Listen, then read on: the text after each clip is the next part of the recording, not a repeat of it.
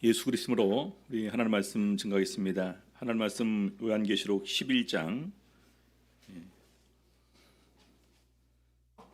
1절에서부터 5절까지 먼저 보시겠습니다.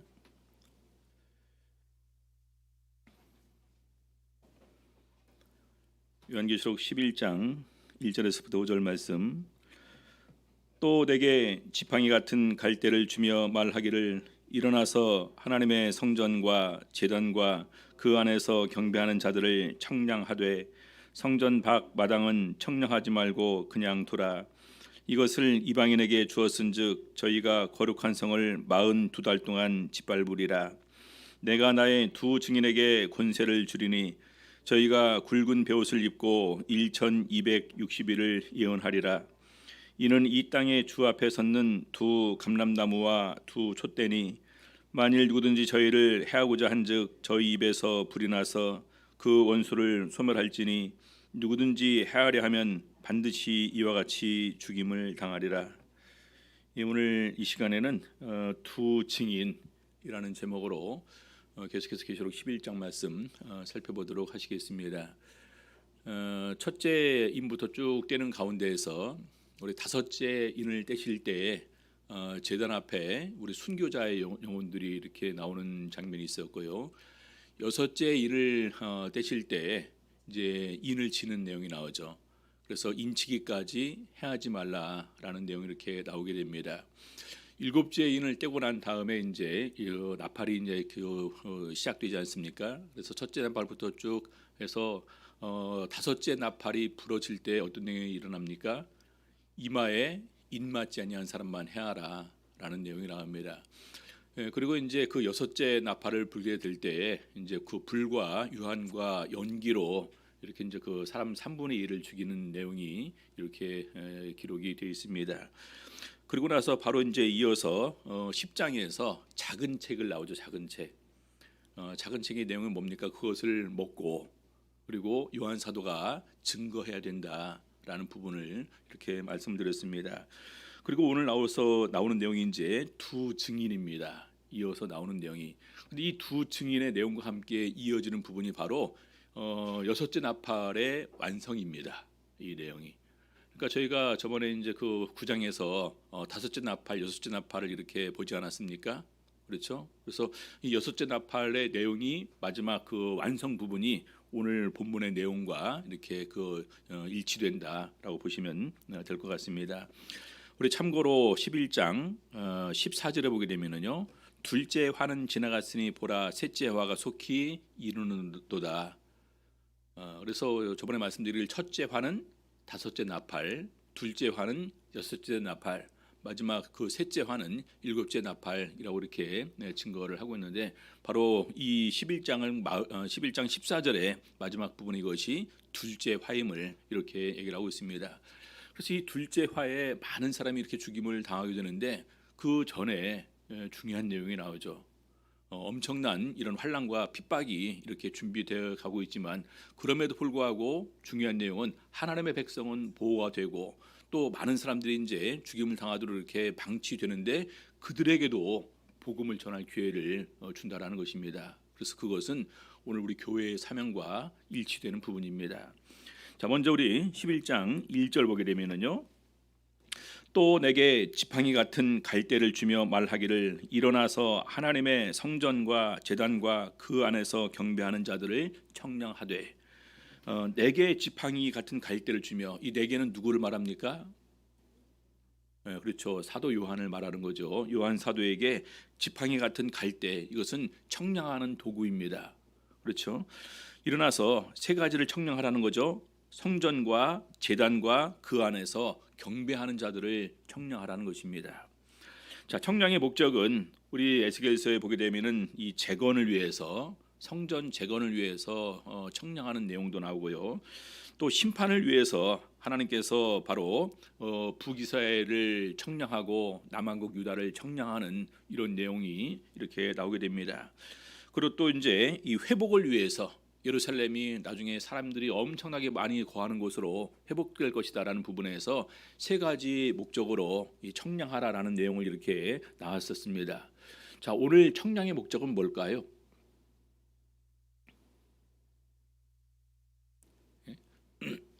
오늘의 청량의 목적은 바로 성전과 제단과 그 안에서 경배하는 사람들을 청량하라는 것입니다. 이유가 무엇일까요? 보호하기 위해서입니다. 그래서 성전 안에 있는 사람들이 보호되고 제단 안에서 기도하는 사람들이 보호가 되고 하나님께 경배하는 이런 그 영적 제사장들이 그 안에서 특별히 보호를 받는 것입니다. 이렇게 생각하시면 될 것입니다. 하나님께서 애굽 전역에 10가지 재앙을 내리지 않습니까? 근데 10가지 재앙 중에서 많은 부분이 이스라엘 백성들이 머물고 있는 고센 땅은 제외가 됐다라는 것입니다. 충분히 그럴 만한 능력이 있으신 분이시죠. 그래서 지금도 역시 마찬가지입니다. 성전과 그 안에서 기도하는 사람들과 그 안에서 경배하는 사람들을 특별히 따로 청량하는 가운데에서 그들은 그 안에 머물게 하고 성전 밖에 있는 사람들만 바로 그 대적에게 내어주게 되는데 수많은 사람들이 그로 인해서 죽음을 당하게 될 것이다라는 것입니다. 이 성전은 바로 오늘 우리 교회를 얘기하는 것이죠. 에베소서 2장 20절에서부터 22절 보시겠습니다. 에베소 2장 20절에서부터 22절.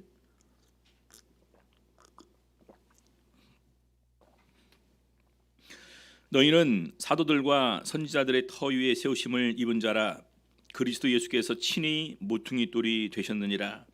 그의 안에서 건물마다 서로 연결하여 주 안에서 성전이 되어가고, 그의 안에서 건물마다 서로 연결하여, 건물은 누구를 말하는 걸까요?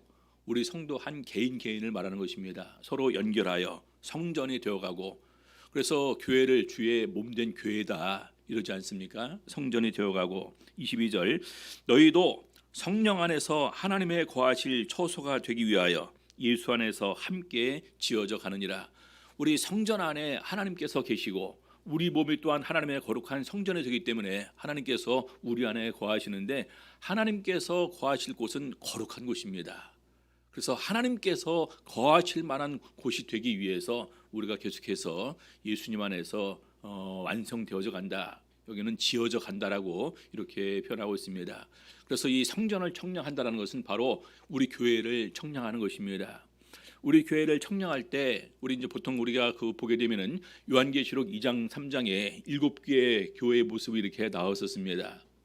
나름대로 하나님께서 평가하시고 그다음에 진단하시고 책망하시고 회개를 촉구하는 내용이 나오게 됩니다.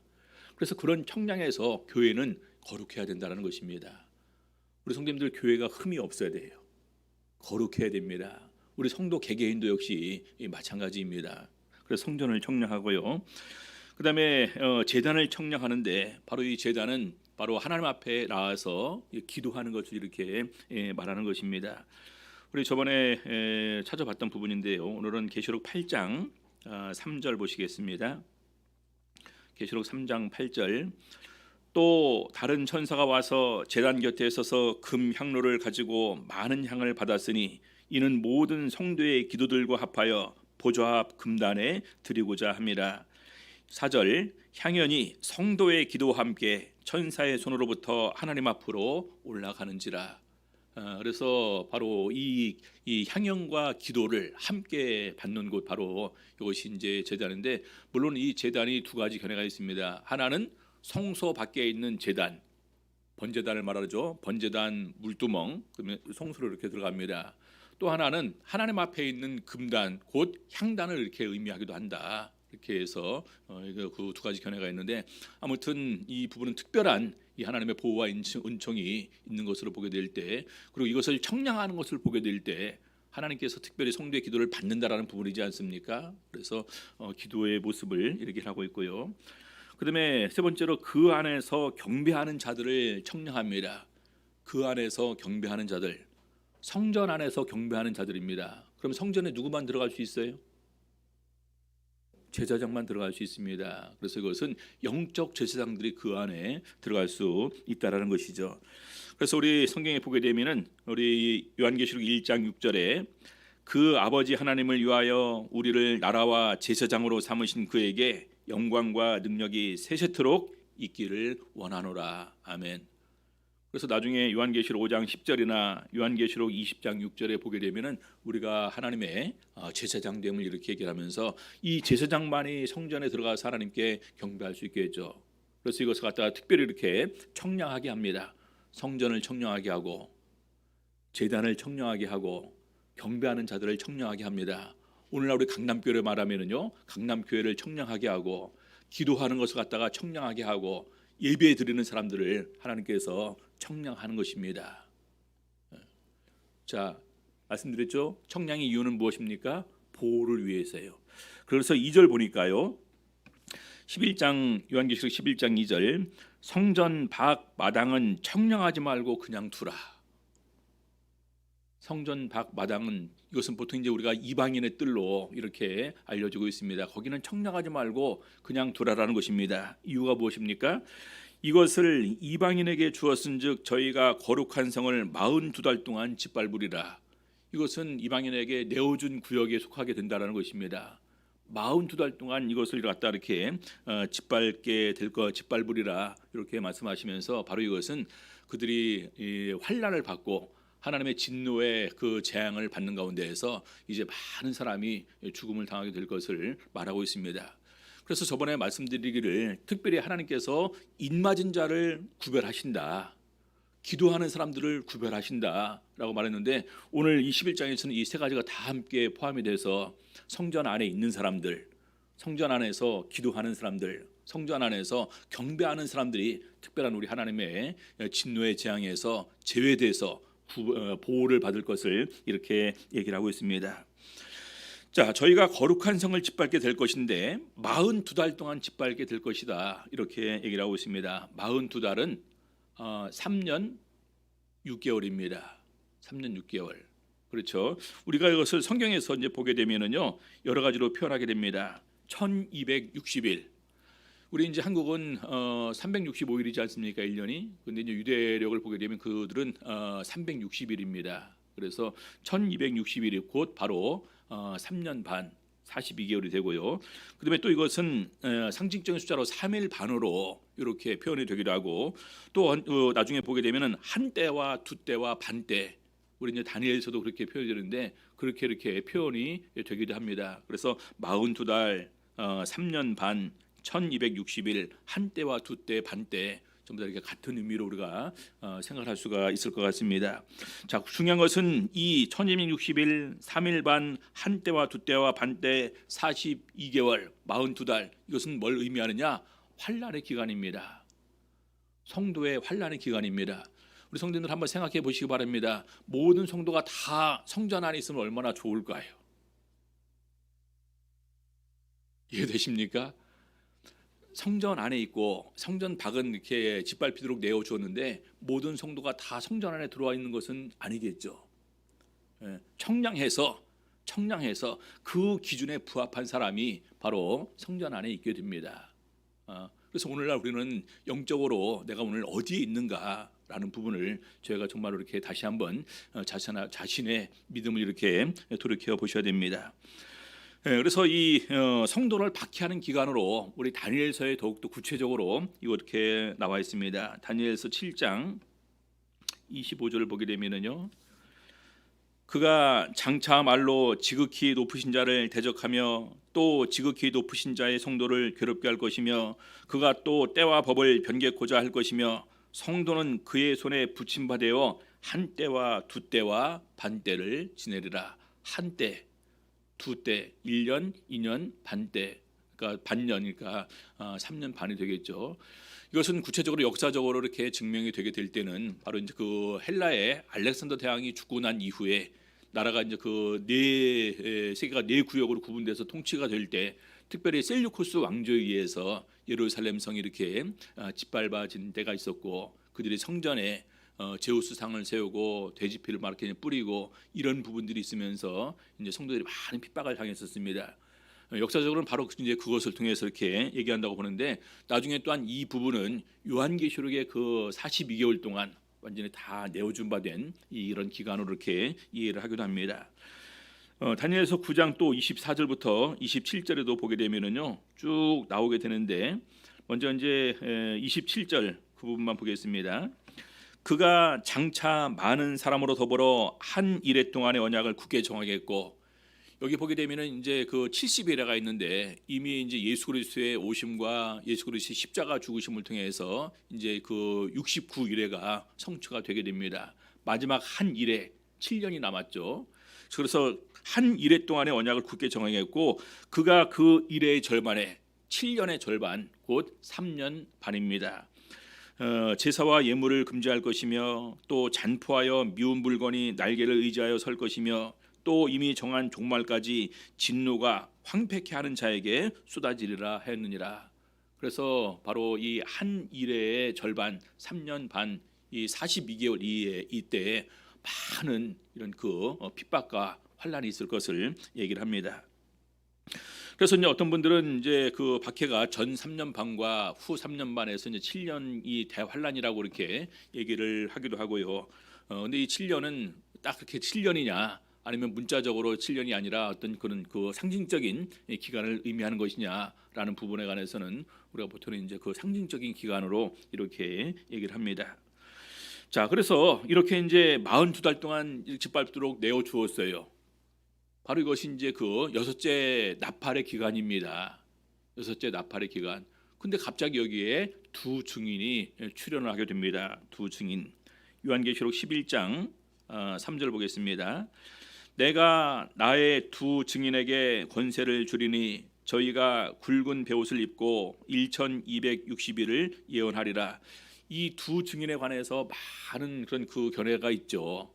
어떤 사람들은 이제 이 사람들이 하늘로 올라갔다 그러니까 하늘로 올라간 사람이 둘 있지 않습니까? 예수님을 제외하고 에녹과 엘리야 될 것이다.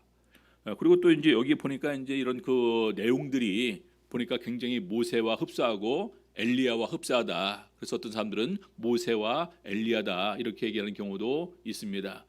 자, 그런데 그렇게 되면 우리가 문제가 발생하게 됩니다.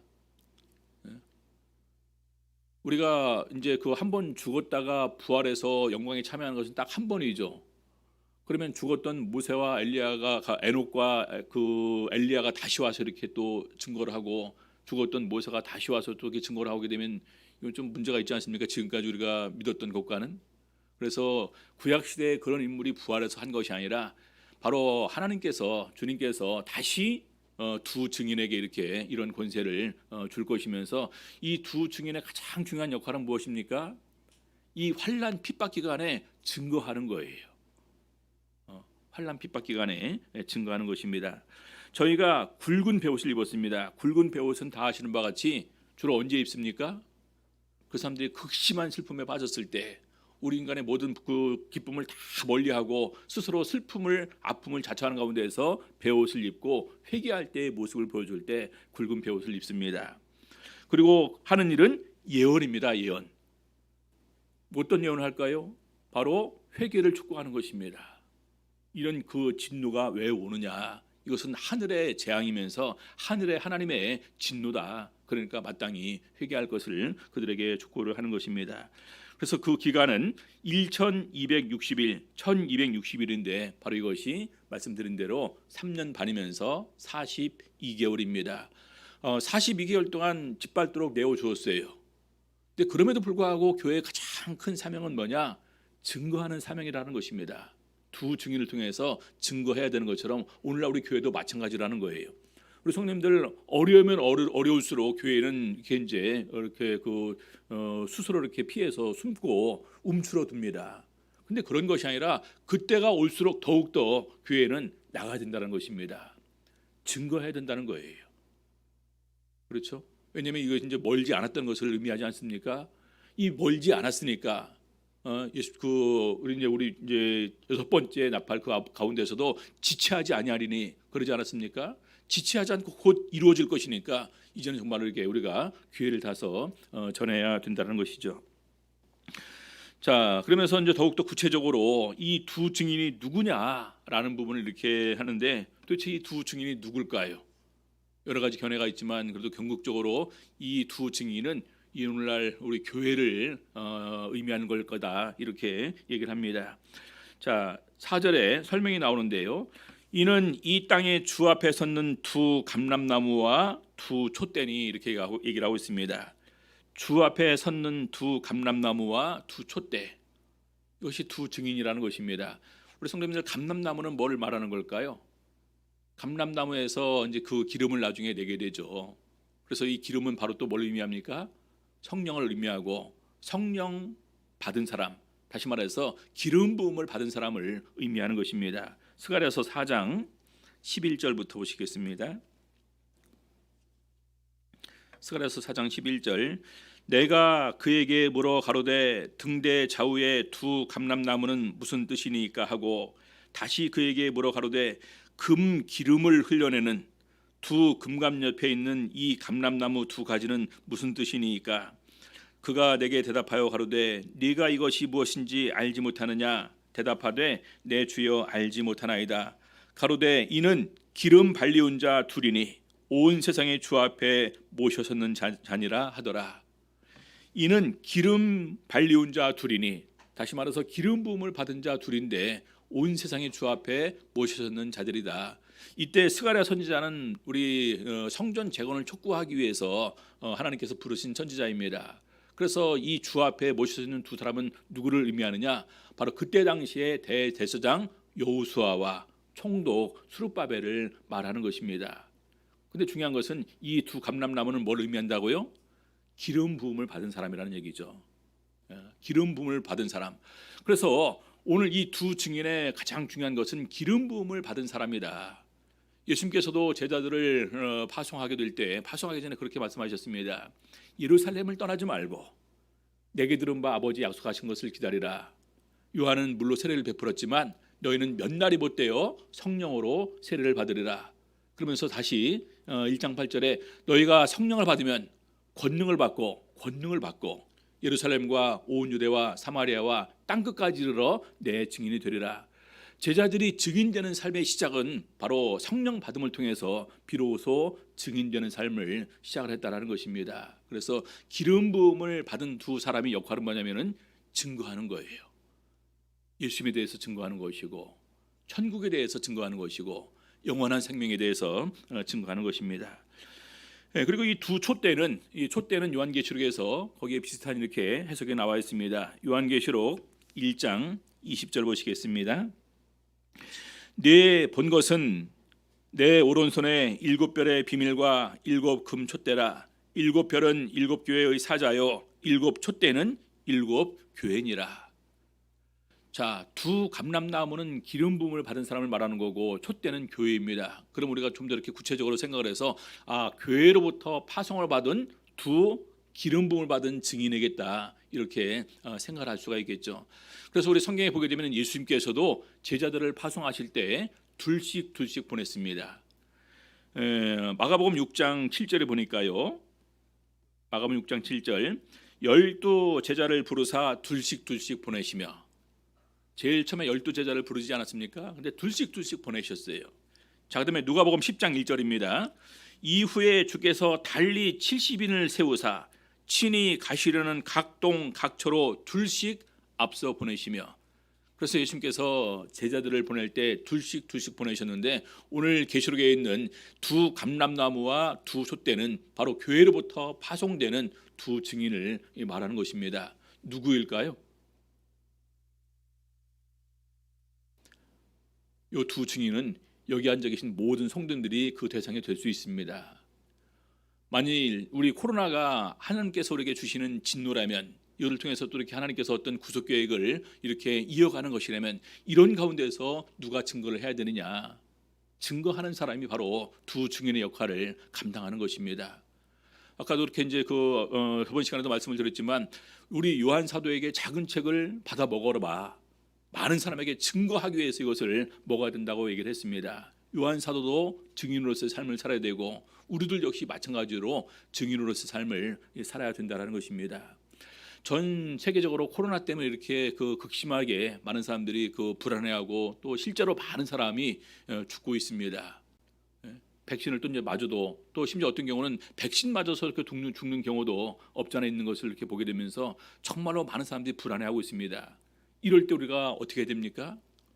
이럴 때 교회가 움츠러 들고만 있을 것이 아니라, 이럴 때 교회는 하나님의 크신 은혜와 능력과 사랑을 증거해야 될 책임이 우리들에게 있다라는 것입니다. 자, 그러면서 두 증인에게 이런 권세를 주십니다. 자, 계시록 11장 5절 보겠습니다.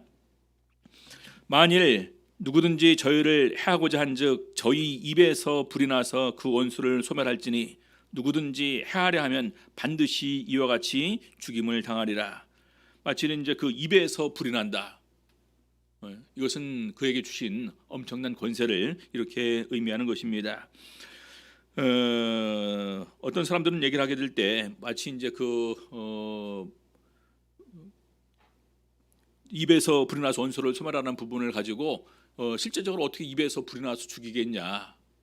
이것은 그래서 말씀의 권능으로 원수를 갖다가 이제 물리치는 이런 것일 것이다. 이렇게 얘기를 하기도 합니다.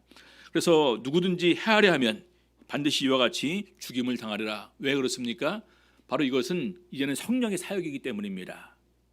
성령의 사역을 대항하고 회방하고 그다음에 비웃고 조롱하는 사람들에게는 반드시 그처럼 죽임을 당할 것을 말하고 있습니다.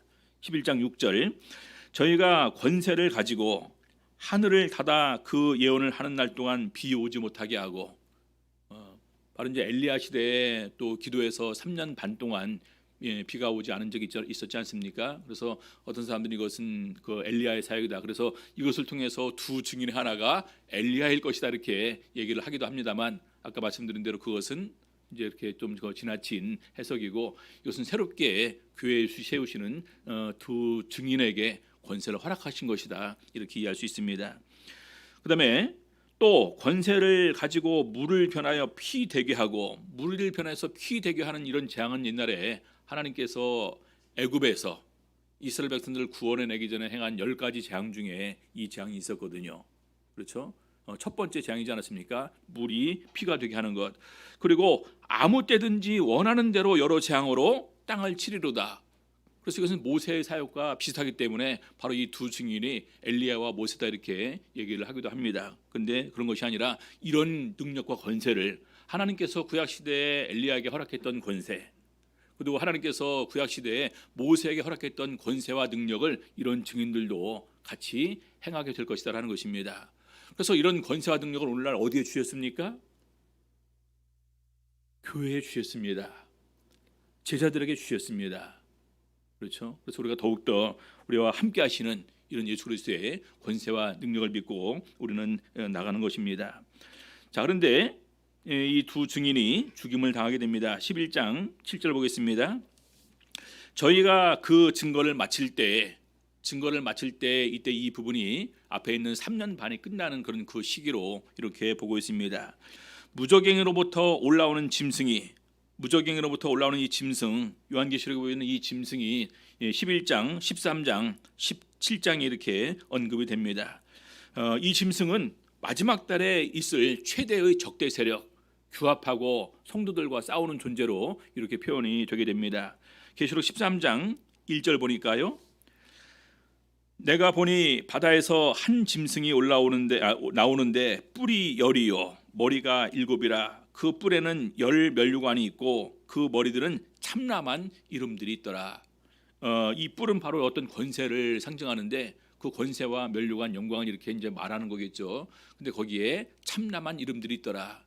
짐승도 그런 권세를 일시적으로 부여받은 것을 말합니다. 자, 그다음에 17장 8절 보니까요. 네가 본 짐승은 전에 있었다가 시방 없으나 장차 무정에로부터 올라와 멸망으로 들어갈 자니 땅에 거하는 자들로서 창세 이후로 생명책에 농명되지 못한 자들이 이전에 있었다가 시방 없으나 장차 나올 짐승을 보고 기이 여기더라. 그래서 마지막 이들이 하는 역할은 뭐냐면요, 많은 세력을 모아서 성도와 영적인 그런 전쟁을 하게 하는 것입니다. 이 영적 전쟁은 그런 그 궁극적으로 이제 하나님께서 승리할 수밖에 없겠죠. 그렇죠? 그들이 하나님의 권세를 능히 당해낼 수가 없을 것입니다. 그래서 바로 이 짐승은 역할이 이렇게 기록되어 있습니다. 그래서 보니까 저희로 더불어 전쟁을 일으켜 저희를 이기고 죽일 터인즉, 저희로 더불어 전쟁을 일으켜 저희를 이기고 죽일 터인즉, 여기 저희는 누구를 말합니까? 두 증인을 말합니다. 그래서 보니까 이 두 증인이 그냥 둘인데 저희로 더불어 전쟁을 일으켜서 죽일 정도로 많은 수를 말합니까? 그래서 이 두 증인을 보니까 이것은 바로 이 교회로 보는 것이 제일 적합하겠다. 그래서 바로 이제는 교회의 사명을, 복음 전파의 사명을 완수하는 가운데서 이제는 교회로 더불어 엄청나게 큰 영적 전쟁이 일어나면서 이제는 교회가 핍박을 받게 될 것을 암시하는 것입니다. 자, 8절 보겠습니다.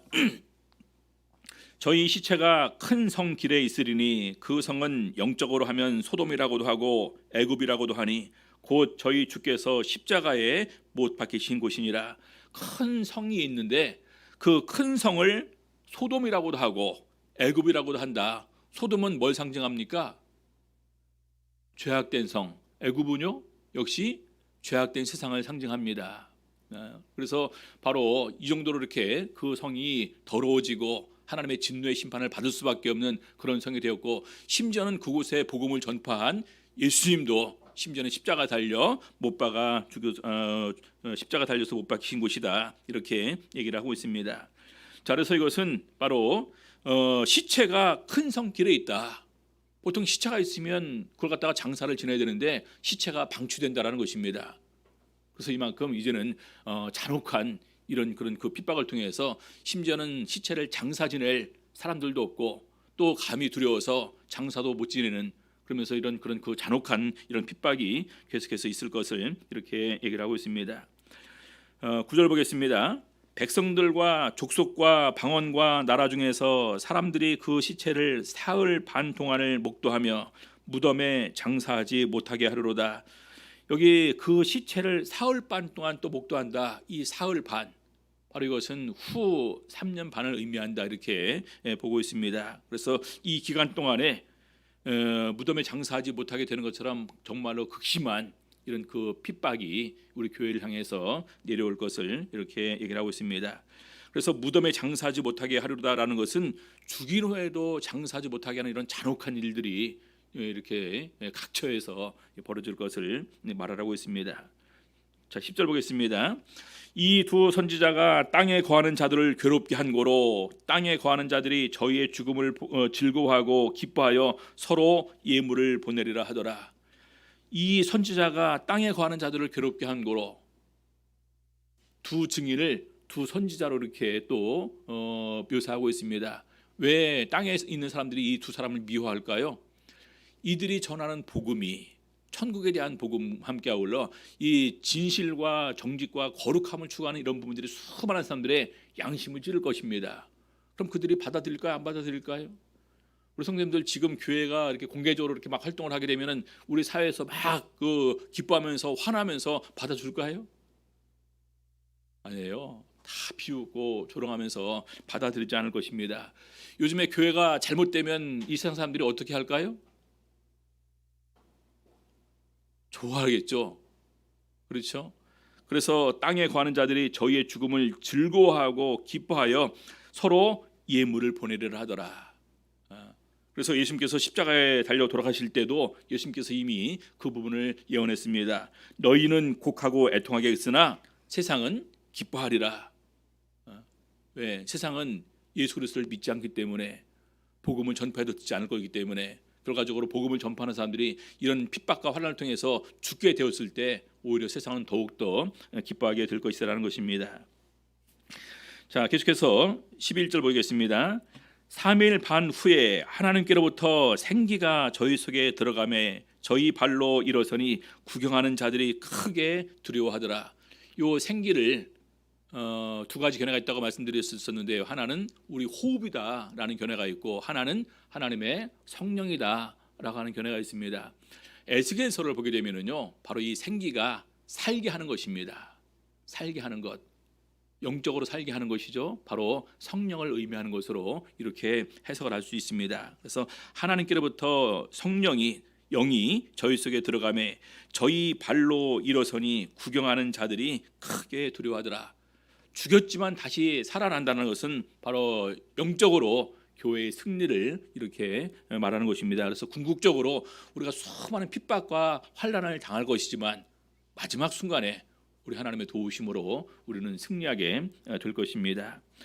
자, 계시록 11장 12절. 하늘로부터 큰 음성이 있어 이리로 올라오라 함을 저희가 듣고 구름을 타고 하늘로 올라가니 저희 원수들도 구경하더라.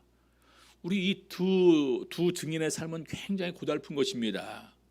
이런 그 조롱하고 핍박하고 환난의 때에 증거를 해야 되기 때문에 참 이것은 힘든 겁니다. 우리 성경에 그 예레미야 선지자 삶이 그렇게 고달프지 않았습니까? 에스겔 선지자의 삶도 고달팠습니다. 근데 이 두 증인의 삶은 참 더 고달퍼요. 심지어는 죽임을 당하고 장사도 못 지내게 했습니다. 근데 그럼에도 불구하고 다시 하나님께서 그들에게 영광을 주십니다. 생기를 주어서 다시 살게 하고 하늘로 직접 이제는 이렇게 들려 올라오게 하십니다. 이리로 올라오라. 그래서 앞에는 정말로 이 고난의 길이었지만 마지막에 하나님의 영광에 참여하게 되는 이런 놀라운 은혜를 누리게 될 것을 이렇게 말합니다. 데살로니가전서 4장 16절 17절 보시겠습니다.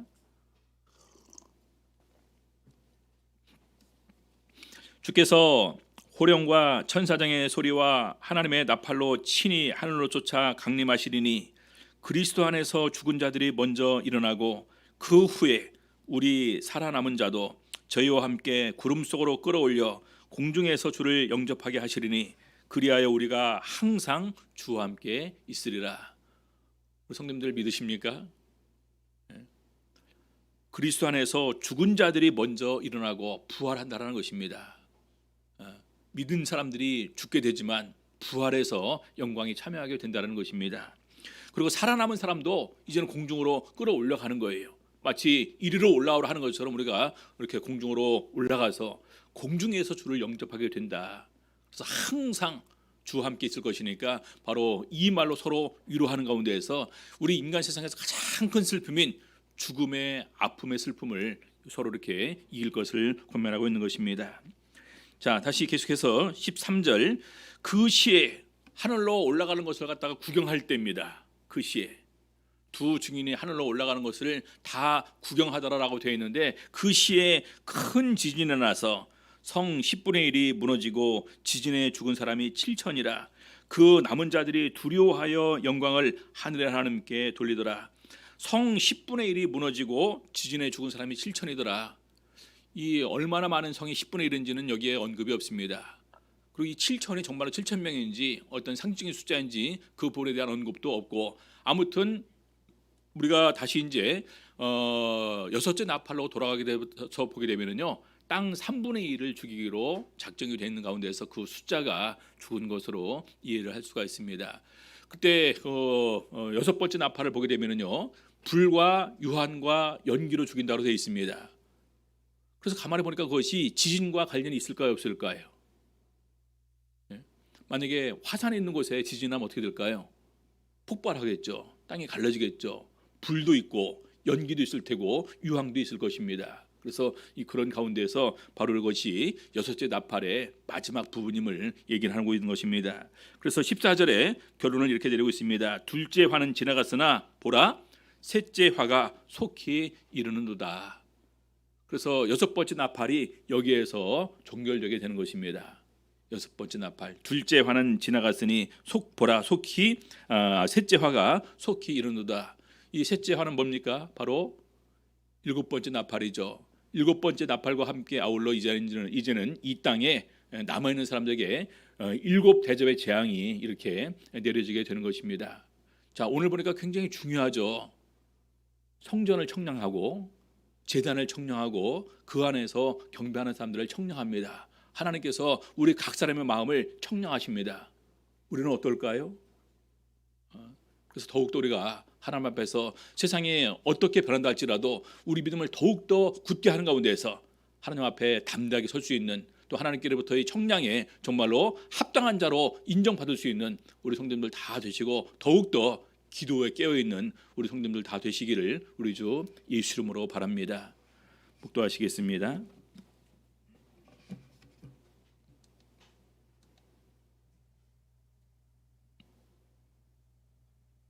할렐루야. 아멘.